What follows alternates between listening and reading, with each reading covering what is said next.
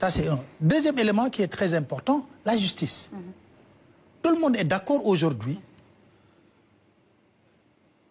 que notre pays, je dirais, a soif de justice. Vous entendez tous les jours des jeunes réclamer la justice. Moi, j'ai l'habitude de dire que de 2021 jusqu'en 2024, il y a un passif très lourd à solder. Pourquoi? Pour l'histoire politique du Sénégal. Pour que ce précédent-là, très dangereux, ne puisse plus se reproduire. C'est comme ça que les grandes nations se forgent. Pourquoi que les grandes nations se forgent? C'est à travers des épreuves. Parce que quand on parle de réconciliation, forcément, avant réconcilier, il y a la vérité.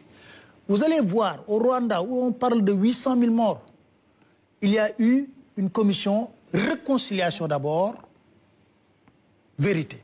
Comme disent les Wolofs, ku deele moo mën a baale, ku gaañale moo mën a baale. Donc moi je comprends parfaitement ceux qui te considèrent comme les martyrs, les détenus, qui réclament justice. Et ça, vous voyez le président de la République, Bassirou Diomaye Diakhar Faye, l'avait très bien souligné lors de sa première interview. Tout à fait. Pour dire que la première des choses réclamées par le peuple sénégalais, c'est la justice. Si vous vous rappelez, le premier acte qu'il a eu à poser, c'était les assises de la justice.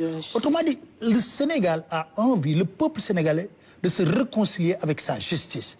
Raison pour laquelle, quand vous regardez l'architecture gouvernementale, aujourd'hui, c'est le ministère de la Justice qui est en premier lieu, juste après le Premier ministre. Le Premier ministre l'a souligné. Il faut que nos pays acceptent aujourd'hui, après certaines épreuves, de tirer les leçons de ces épreuves et d'aller de l'avant, mais en toute responsabilité. Ça, c'est important. Monsieur le directeur Faw.